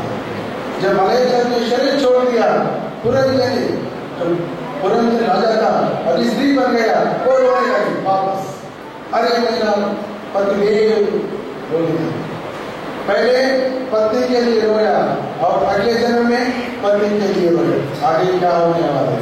इसलिए परमात्मा ने सामने आ गया, उनका फ्रेंड, अरे तुम क्या कर रहे हो, मुझे याद करते हो, मैं आपका फ्रेंड हूँ, आप क्यों रोए, आप तो पुरंजन भी नहीं है और मैदान भी नहीं है, हम दोनों हंसा, वे एक्चुअल आत्मस्वरूप, आप होश में आ जाओ। और उपदेश दिया, तभी उनको पूरा उनका जो चेतना जो है जागृत हो, चेतना जागृत हो गया।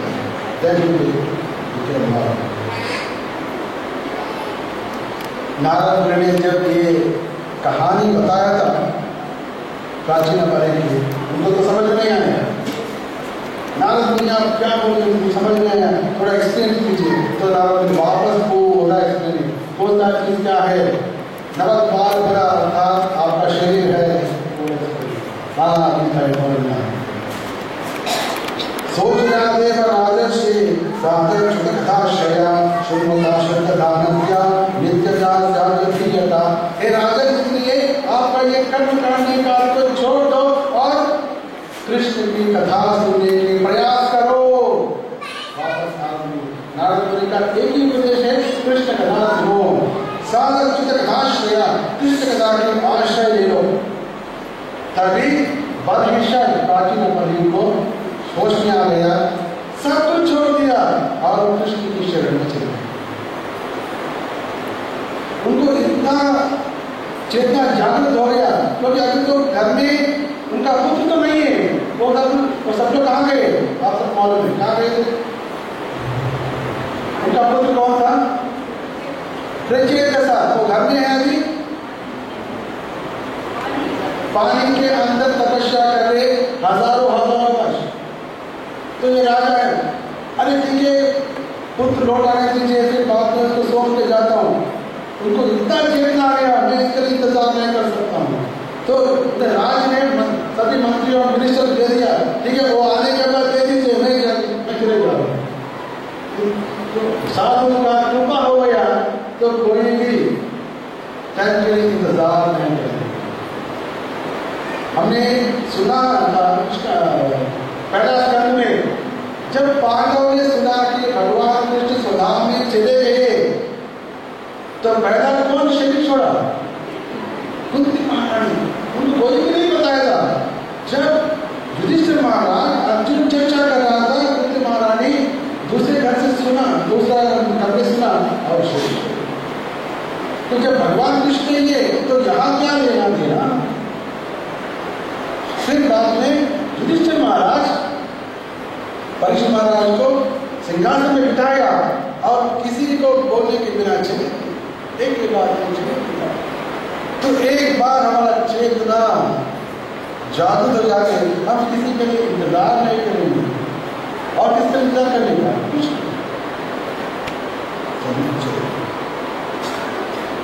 उस समय प्रचेतसा 10,000 वर्ष तपस्या करके बाद में आया। 10,000 वर्ष तपस्या किया, तभी भगवान विष्णु का दर्शन हुआ था पानी के अंदर। भगवान ने खगेंद्र के ऊपर, पक्षी राजा के ऊपर भगवान ने खड़ा हुआ, अष्टभुज वाले आए थे और पानी के अंदर उसको दर्शन दिया और सभी को स्तुति किया। तभी भगवान ने बताया, आप जाके सभी वृक्ष का एक पुत्री है, उनका नाम है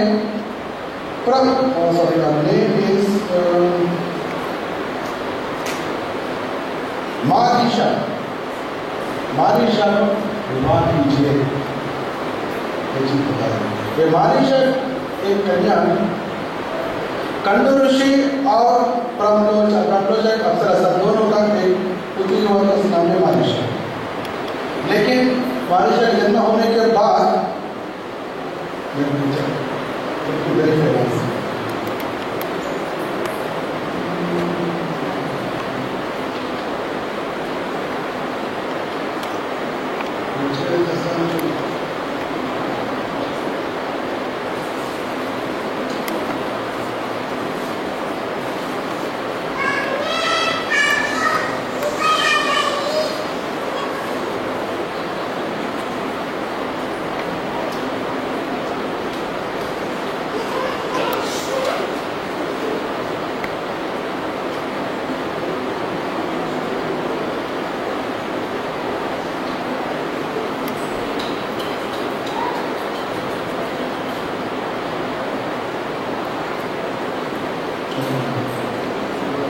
पार्वती समुद्र है, समुद्र में मणि को ढूंढना बहुत मुश्किल है।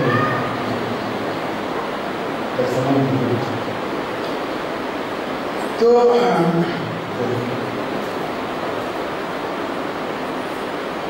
प्रम्लोचा अप्सरसा और कंडू ऋषि का एक पुत्री हुआ था, लेकिन उसका जन्म होने के बाद अप्सरा सब चले गई। लेकिन छोटा शिशु की देखभाल करने वाला कौन है? तो रो रहेगी शिशु। उस समय चंद्र आगे उनके मुंह में रखा ताकि दूध मिले। फिर बाद में सभी वृक्षों को पालन पोषण किया, अर्थात सभी वृक्षों का पुत्री बने। तो भगवान ने बताया उसको विवाह करो। तो भगवान ने सभी प्रणाम किया था और बाहर आ गया, स्तुति किया था। बाहर आने के बाद प्रजेतस ने देखा कि धरती के ऊपर वृक्ष इतना बड़ा हो गया कि देखने के लिए भी कुछ भी नहीं दिख रहा, खाली वृक्ष ही वृक्ष, पूरा वृक्ष ही बन गया। तो बहुत गुस्सा आ गया, इतना बड़ा बड़ा हम कैसे चले, कैसे देखें, कुछ भी नहीं दिख रहे। और उनकी शैली से उन्होंने अग्नि सृष्टि किया और सभी वृक्ष को जला। तभी ब्रह्मा जी आ गया। ब्रह्मा जी आगे, अरे आप ऐसा करें तो ये वृक्ष तो राधा मदन मोहन जी की वृक्ष तो सभी को जीवन देने वाला, अगर वृक्ष को ही भस्म कर दिया सभी का जीवन कैसे होगा? आप ऐसा ना करो और वृक्ष से माफी मांगो। और वृक्ष का पुत्री एक है, उनसे अवश्य। तो जब ब्रह्मा जी की आदेश से सभी प्रजेतसा और कन्या को विवाह किया था, जो वृक्षों का पुत्र। और उनके गर्भ से दक्ष ने वापस जन्म लिया। यही हमारा दक्ष का नाम है। वहां से अब यहाँ की वापस जन्म। प्रजेतसा और प्रम्लोचा इन दोनों का पुत्र बन गया दक्ष वापस। अर्थात शिव जी को अपमान करने के कारण से उनको 2 बार शरीर छोड़ना पड़ा। वास्तव में वो लोग ब्रह्मा जी का पुत्र है। प्लीज कीप साइलेंस, शांति बना के रखिए प्लीज, बच्चे को।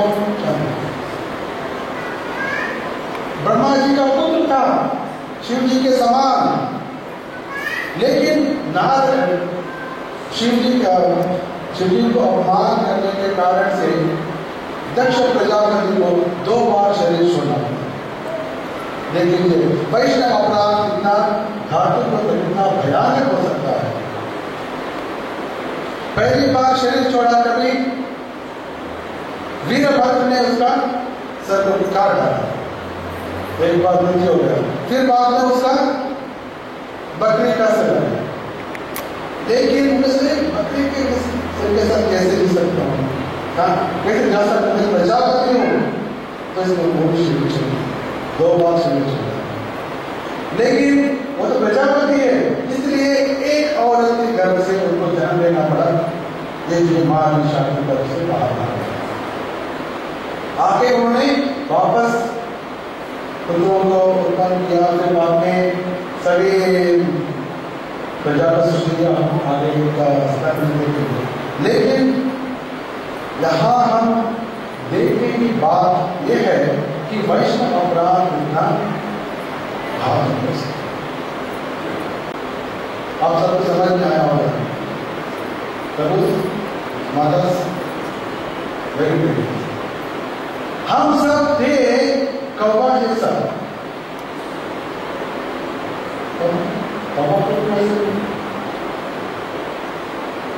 कौवा क्या करते हैं? कौवा जाते हैं जहां कचरा फेंका गया, वहां जाते हैं। कहाँ 2 कार्य करते, कचरा खाते हैं, दो कार्य, गंदगी खाना, क्या बोलते किसी को मालूम नहीं। तो हमारा कार्य ऐसा था, कुछ न कुछ करते रहे, कुछ न कुछ बोलते रहे, कुछ न कुछ करते रहे, कुछ न कुछ बोलते रहे, और मन के अंदर पूरा खाना जैसे कौवा जैसा, पूरा हम कौवा जैसा। लेकिन गुरु महाराज कृपा से कौवा को पकड़ा और इनको हंस बनाया। हंस मालूम है सबको? देखा नहीं, हम सुना ऐसा ना। तो हंस कैसे लेते हैं? सफेद काली दूध में पानी मिलाए तो भी पानी को छोड़ के खाली दूध ही पीते। ऐसे पूर्ण धवल वर्ण हंस बनाया, गुरु महाराज ने लेके आया और इसको पिलाने लगे। कृष्ण कथामृतम जैसे हमारा हम सबको गुरु महाराज लेके आया और पिलाने लगे कृष्ण कथा। कृष्ण कथा सहमत है? इससे सहमत है? I'm asking you, do you agree with this? What? Do you agree with my statement? What is the statement? आप सुना नहीं? मैं जो बोला इससे सहमत है? आप सब सहमत हैं? लेकिन अचानक गुरु महाराज देखा ये हंस को 2 सिर आ गया। हो सकता है ऐसा? देखा ऐसा हो गया। महाराज उदास हो गया, महाराज दुखी हो गया। मैं तो एक ही सिर दिया कृष्ण कथा पाने की, लेकिन उन्होंने और एक सिर भी उत्पन्न किया अपने आप। मैं अभी क्या करूं? महाराज सोचिए, दूसरा सिर आने में क्या तकलीफ है? तकलीफ वही है, वो दूसरा सिर से गंदगी पानी पीना शुरू कर दिया जो पहले जैसा। वही है वैष्णव अपराध। हम एक मुंह से कृष्ण कथा की बात करते हैं और दूसरा मुंह शुरू कर दिया, दूसरा मुंह उत्पन्न कर दिया और उससे और भी कुछ भी खा रहे पी रहे। वैष्णव अपराध की मीठा मीठा। क्या गुरु महाराज खुश होगा? मेरा प्रश्न है आप सबको। उदास एक कौवा को मैं हंस बनाया, ये हंस ने दूसरा सिर को ऊपर नहीं किया। ये हमारा हाल है। सावधान, हम हमेशा सावधान। प्रभु Madhav do you agree? This is problem. Yes. इसका एक अच्छा कहानी है, एक कहानी बोली टाइम में तो इसलिए ब्रह्म का पुत्र होने के बावजूद बात छोड़ना होता है। उन्होंने दक्ष वापस बन गया, उन्हें चाक्षुष मनवंतर में प्रजा का सृष्टि किया। हम सुनेंगे आगे चलकर भागवत में उनके द्वारा ही सभी ये जो धरती पे या पूरा जगत में अलग अलग प्राणी है, सब प्राणी दक्ष प्रजापति से आए हैं। आगे सुनिए, एक चाक्षुष मनवंतर में उन्हें प्रजा का सृष्टि किया। फिर बाद में प्रजा के साथ दक्ष को राजा बनाया और राज्य को छोड़ दिया और वो भी वन में चले जाने के लिए तैयार हो गया। जब वन में जा रहा था तभी नारद मुनि का दर्शन, नारद जी का दर्शन हुआ। नारद जी को उन्होंने स्तुति किया, वंदन किया। तभी नारद मुनि को उपदेश दिया, बहुत बड़ा उपदेश है, इसके लिए बहुत इंपॉर्टेंट है। यथा मूल विशेषणेन तृप्यन्ति तत्कंठ भुजोपशाखा प्राणोपहारा चेतेन्द्रियाणां तथैव सर्वाहरणमच्युतेज्य। नारद जी ने वो सर्वोपदेश दिया, उसमें से एक उपदेश है हम सबके लिए बहुत उपदेशकारी है। जैसे कोई भी वृक्ष हम देख सकते हैं, वृक्ष में कितना पत्ते होते हैं, हजारों हजारों पत्ते होते हैं, कितना शाख और उपशाख होते हैं, बहुत सारा होते हैं। हर एक को पानी चाहिए, लेकिन हर एक चीज को, हर एक पत्ता को जाकर पानी डालना चाहते, क्या ये संभव हो सकता है? संभव भले हो, इससे फायदा कुछ होगा क्या? ये बताओ। संभव भी हो जाए फिर भी इससे फायदा तो बिल्कुल नहीं है, क्योंकि पत्ता पानी पत्ता से नहीं पी सकते। पत्ता पानी जब वो वृक्ष से जुड़ा है और वृक्ष को जब पानी देते हैं उसके द्वारा कुछ पानी दे सकते हैं। यथा मूल विशेषेण तृप्यन्ति तत्कंठ भुजोपशाखा। जैसे वृक्ष बड़ा है और वृक्ष मूल में जब हम पानी डालते हैं, वृक्ष में जितने हजार हजार पत्ते हैं और 100 स्कंद शाखा उपशाखा सभी का पानी, सभी का पुष्टि हो जाते हैं। ऐसे ही हमारे शरीर में भी इतना इंद्रियां हैं, बहुत सारे इंद्रियां हैं, हाथ है, पैर है, कान है, जीभ है, सब है। सबके लिए शक्ति चाहिए।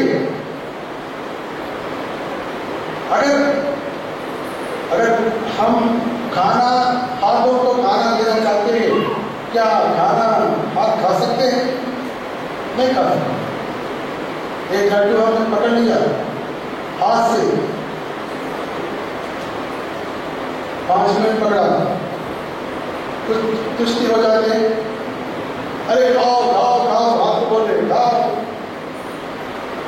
5 मिनट, 10 मिनट, 1 घंटा, 1 घंटा वो हाथ नहीं सेकते। अन्न देने के बाद भी इसका शक्ति नहीं आया, अर्थात हमको मालूम नहीं अन्न कैसे देना।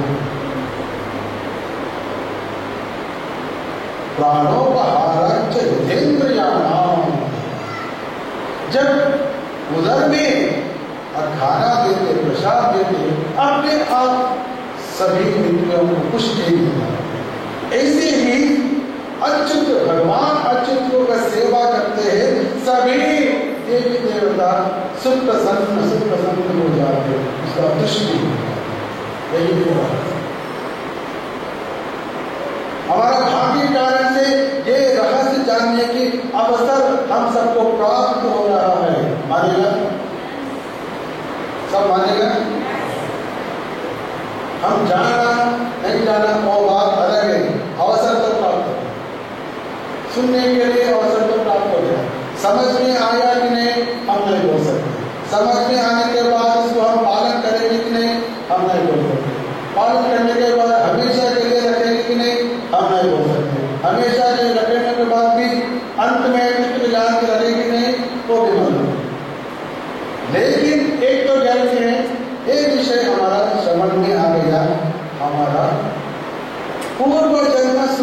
के कारण से हम हरि इतना जोर से हरिनाम कर रहे हैं। क्या यह हमारी भाग्य नहीं है? क्या सच में वैष्णव के सामने दंड प्रणाम कर रहे 1000 बार, ये हमारा भाग्य नहीं है? कृष्ण का पाद चिन्ह हमारा सर के ऊपर रखने के लिए हम विनम्र हो रहे सामने, ये हमारा भाग्य है कि नहीं? गले में हम तुलसी माला लगे, मैं तो भगवान की दास हूं, ऐसा हम बोल रहे, ये भाग्य है। तो हमारा आचार्य कहते हैं भगवान ने कृपा करके हमको जो भक्ति दिया, उसके ऋण चुकाने के लिए हमको करोड़ों करोड़ों जन्म भक्ति करना पड़ेगा। इसके अलावा हम क्या कर सकते? भक्ति का महिमा और कुछ भी नहीं। You can't imagine जो हमको भाग्य मिला, हम जानते नहीं, हम नहीं जान सकते। Please understand. आप सुन के लीजिए, आप कहीं ना कहीं जन्म में, कहीं के जन्म में आपको समझ में आएगा।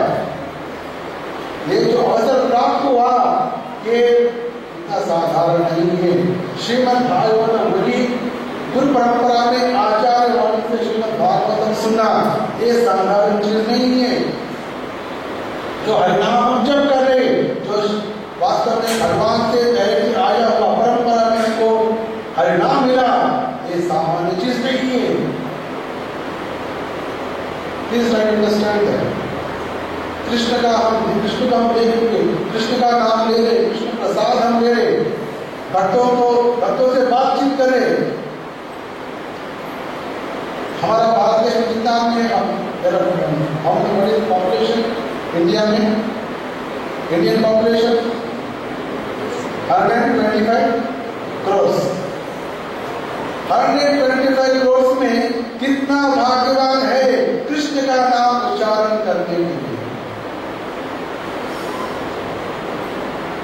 ये सोचते हुए हमारा भाग्य को बार बार याद रखना चाहिए, स्मरण करना चाहिए, ताकि हम सावधान बने। नहीं तो भगवान को देखते देखते भी भगवान से हम विमुख हो जाते हैं, हमेशा देखने का चीज ऐसा भावना आ जाती है, बहुत डेंजरस। इसलिए गुरु के पास भी हम बहुत सावधान से रहना चाहिए, भगवान के पास भी सावधान से रहना चाहिए। नहीं तो कुछ हम गलत करने की, सेवा अपराध होने की संभावना हो सकती है। लगते हैं मुझे तो साधारण चीज है, लेकिन सबसे बड़ी चीज। इसलिए हमको इतना भाग्य मिला कृष्ण कथा सुनने की, कृष्ण सेवा करने की। तो ये अगले सैटरडे भगवान की एक पर्व दिन है, क्या है सब मालूम है, नृसिंह चतुर्दशी। भगवान की आविर्भाव, भक्ति रक्षक नृसिंह भगवान की, ये सब चीज करने के लिए हमको अवसर प्राप्त हो रहा है। तो हम सब के अनमोल के अवसर को हम पूर्ण रूप से हम उपयोग करना चाहिए, पूर्ण रूप से हम उपयोग करना चाहिए। और अभी मंदिर भी बनना शुरू हो गया है और भागवत श्रवण भी हो रहे हैं और भक्ति भी हम ज्यादा सीखने के लिए सभी लोग प्रयास कर रहे हैं। ये सब चीज हमारा सुकृति के कारण से हुआ। ये याद रखते हुए हम ज्यादा से ज्यादा जीवों को हमारे मंदिर से जुड़ाने के लिए प्रयत्न करना चाहिए। जितना बड़ा बन रहे और उतना एक एक व्यक्ति कम से कम 10 आदमी को, 20 आदमी को भी भक्ति में जुड़ाया, उससे भी हमारा उद्धार हो सकता है। क्योंकि हम समदर्शी होना चाहिए, क्योंकि हमको मिला कृष्ण तो दूसरों को क्यों नहीं। तो माता के सोचना चाहिए, हमको तो मिला कृपा की, तो क्यों नहीं सबको तो करने के लिए हमको आचार नहीं है, कम से कम 10 आदमी को देंगे, 10 आदमी को बुलाएंगे। मेरे तरफ से 10-20 आदमी को मैं कृष्ण के पास लेके आया, कृष्ण का नाम सुनने के लिए। ठीक है, वो जुड़ के रहेगा, वो आपके हाथ में नहीं है। कम से कम आप तो प्रयास तो किया। दर्शन का मूड, हमारा मूड ऐसा होना चाहिए, कृष्ण के पास नहीं है। और ऐसे ही मेरे मंदिर निर्माण में भी मैं जितना कर सकता हूँ, मेरा मन से, मेरा तन से, मेरा वाणी से, मेरा धन से, सबके पास शक्ति है, उनकी शक्ति के अनुसार सबको करना चाहिए। और कोई नहीं, वो तो कोई तो करेगा, नॉट माय रिस्पॉन्सिबिलिटी, वो मेरा ड्यूटी नहीं और किसी का ड्यूटी करनी नहीं सोचती। जैसे राम जी लंका में जाने के लिए एक महारथी बनाया, अलग अलग हनुमान जी तो इतना बड़ा पर्वत को उठा कर फेंक दिया, और सबसे छोटा सेवा कौन किया था, सबको मालूम है। हिंदी में क्या कहते हैं,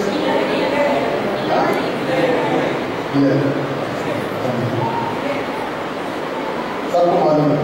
सो ये शास्त्र से हम क्या लेना, शास्त्र खाली कहानी नहीं है, शास्त्र हमारे लिए उपदेश है। शास्त्र कहानी नहीं है, शास्त्र हमारे लिए उपदेश है। स्पिरिट के लिए क्षमता उतना ही था, उतना तो कर दिया।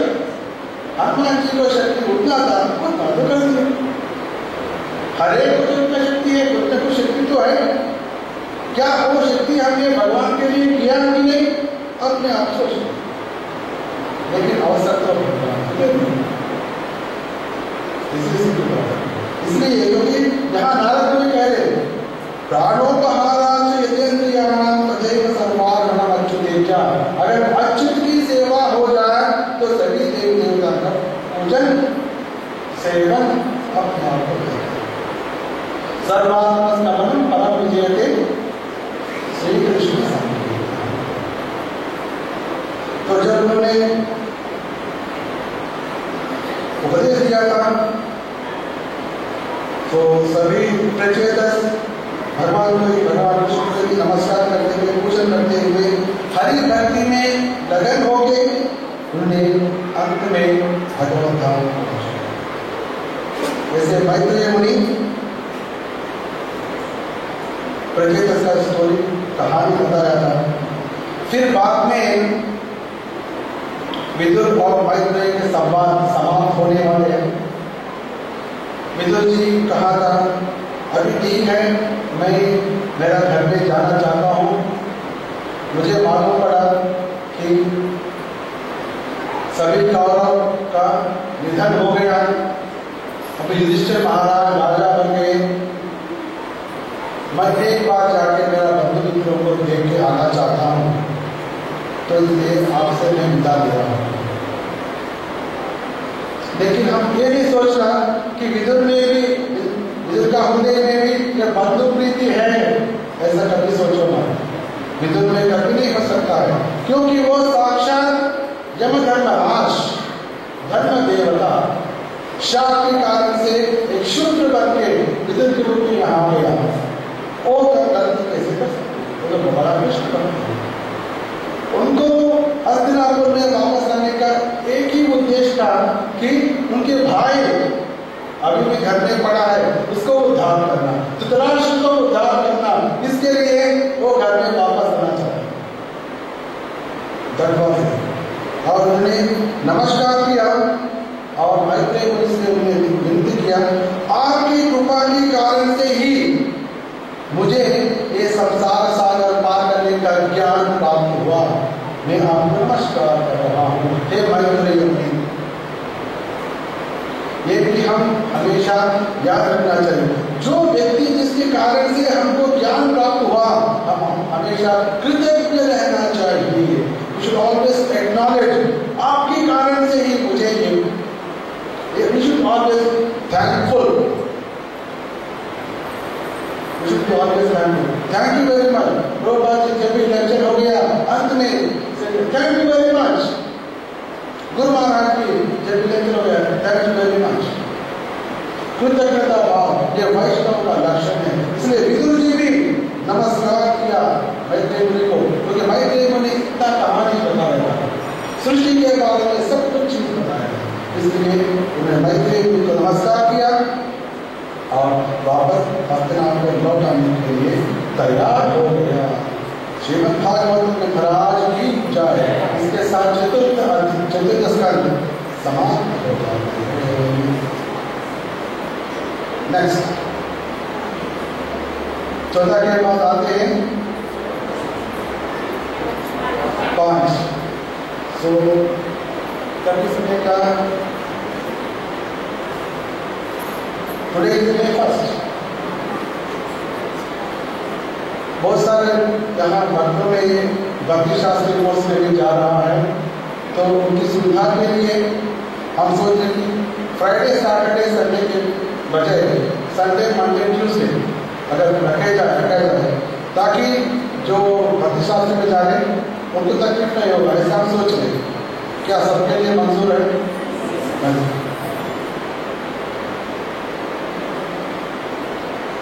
क्योंकि भागवत को सब सुनना चाहिए। Everybody should take the nature of Shrimad Bhagavatam. इससे everybody should learn more and more shastras. Both should be happening.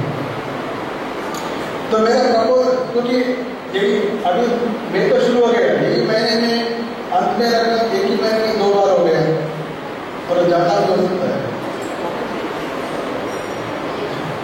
So should we put it June 3rd, 4th, 5th, June 3, 4, 5. That is first Sunday, Monday, Tuesday. एक में स्नान यात्रा भी आती है, Jagannath Baldev. Okay 3, 4, 5.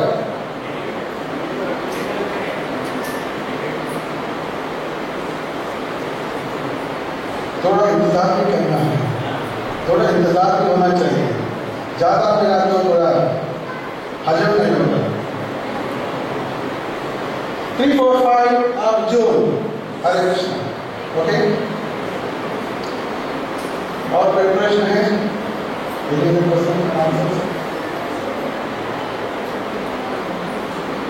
Please, क्योंकि हमारा दशम स्कंद आएगा अक्टूबर, नवंबर एंड दिसंबर।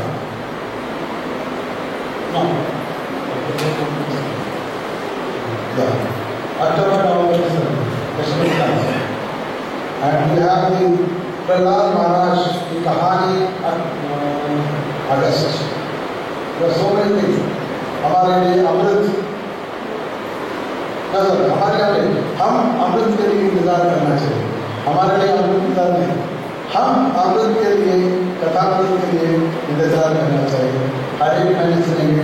अगले महीने हम सुनेंगे भरत महाराज, जो शरीर छोड़ने के समय जो हम याद करते हैं वही जन्म हमको मिलने वाले हैं। अगर हम कृष्ण को ध्यान करके कृष्ण मिलेगा, और किसी को ध्यान करेगा और कोई नहीं। हम सोचेंगे नहीं, और कोई सोचेगा, हम तो ऐसा न सोचेगा। हम सोचते होंगे ऐसा, नहीं, बड़ा बड़ा कृष्ण भक्त भी माया में पढ़ते हुए और किसी को ध्यान कर सकता है। वो सब चीज हम 5वां स्कंद में सुनेंगे। और 5वां स्कंद में ये सृष्टि कैसे होते हैं, सूर्य और ये सभी ब्रह्मलोक, कितना दूर में कहाँ है, सप्तऋषि मंडल कहाँ है, ध्रुव नक्षत्र ध्रुव मंडल कहाँ है, सभी नरक कहाँ है, गर्भोदर समुद्र कहाँ है, ये सब चीज के बारे में जानकारी श्रीमद् भागवत महाराज की। अगले महीने तक आप